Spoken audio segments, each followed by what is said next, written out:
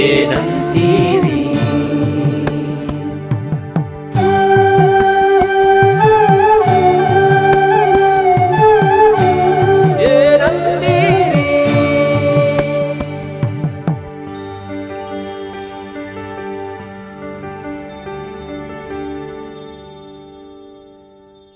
ಆಸ್ತಿಕ ಮಹಾಶಯರೆಲ್ಲರಿಗೂ ಶರನ್ನವರಾತ್ರಿಯ ಶುಭಾಶಯಗಳು. ದಸರಾ ಅಂದ ತಕ್ಷಣ ಥಟ್ ಅಂತ ನೆನಪಾಗೋದೆ ಮೈಸೂರು ದಸರಾ. ಚಾಮುಂಡಿ ದೇವಿಗೆ ಪ್ರತಿದಿನವೂ ಅಲಂಕಾರ ಮತ್ತು ವಿಜಯದಶಮಿಯಂದು ನಡೆಸಲಾಗುವ ವೈಭವೋಪೇತ ಅಂಬಾರಿ ನಂತರ ಬನ್ನಿ ಮಂಟಪಕ್ಕೆ ತೆರಳಿ ಬನ್ನಿ ಹಂಚಿಕೊಂಡು ಸೀಮೋಲ್ಲಂಘನ ಮಾಡುವುದು ನಿಜಕ್ಕೂ ಅತ್ಯದ್ಭುತವೇ ಸರಿ.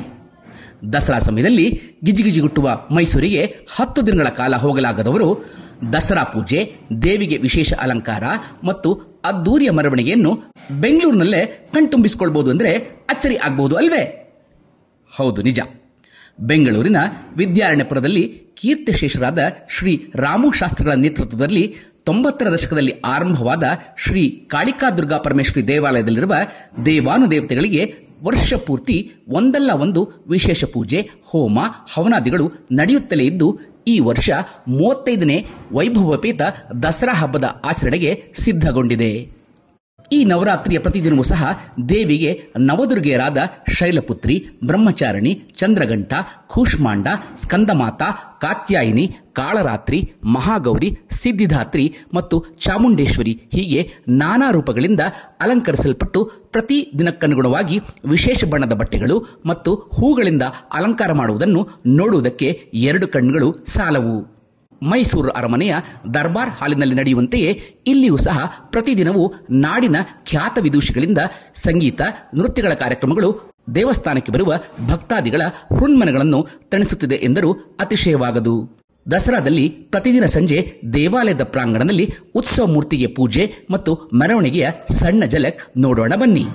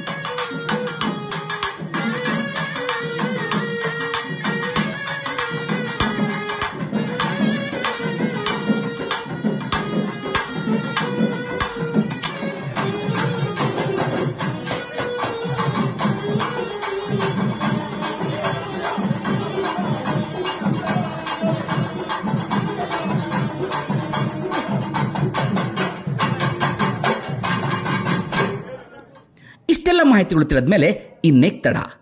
ಈ ದಸರಾ ಸಮಯದಲ್ಲಿ ಸ್ವಲ್ಪ ಸಮಯ ಮಾಡಿಕೊಂಡು ನಮ್ಮ ದುರ್ಗಾದೇವಿ ದೇವಸ್ಥಾನಕ್ಕೆ ಬಂದು ದೇವಿಯ ಅನುಗ್ರಹಕ್ಕೆ ಪಾತ್ರರಾಗುವುದಲ್ಲದೆ ವಿಜಯದಶಮಿಯ ಸಂಜೆ ನಡೆಯುವ ಆ ಬೆಳ್ಳಿ ರಥದ ಮೆರವಣಿಗೆ ಜೊತೆಗೆ ಭಾರೀ ಬಾಣ ಬಿರುಸುಗಳ ಪ್ರದರ್ಶನಗಳನ್ನು ಕಂಡುಹಿಸಿಕೊಳ್ಳುವುದಕ್ಕೆ ಬರ್ತೀರಿ ಅಲ್ವೇ?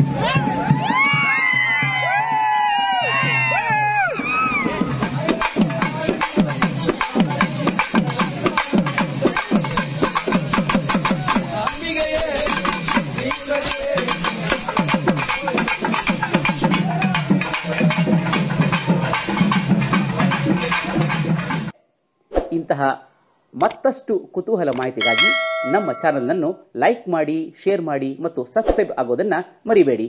ಅದೇ ರೀತಿ ಇಷ್ಟ ಆಗಿತ್ತು ಅಂತ ಹೇಳಿದ್ರೆ ಶೇರ್ ಮಾಡೋದನ್ನು ಸಹ ಮರಿಬೇಡಿ. ಏನಂತೀರಿ?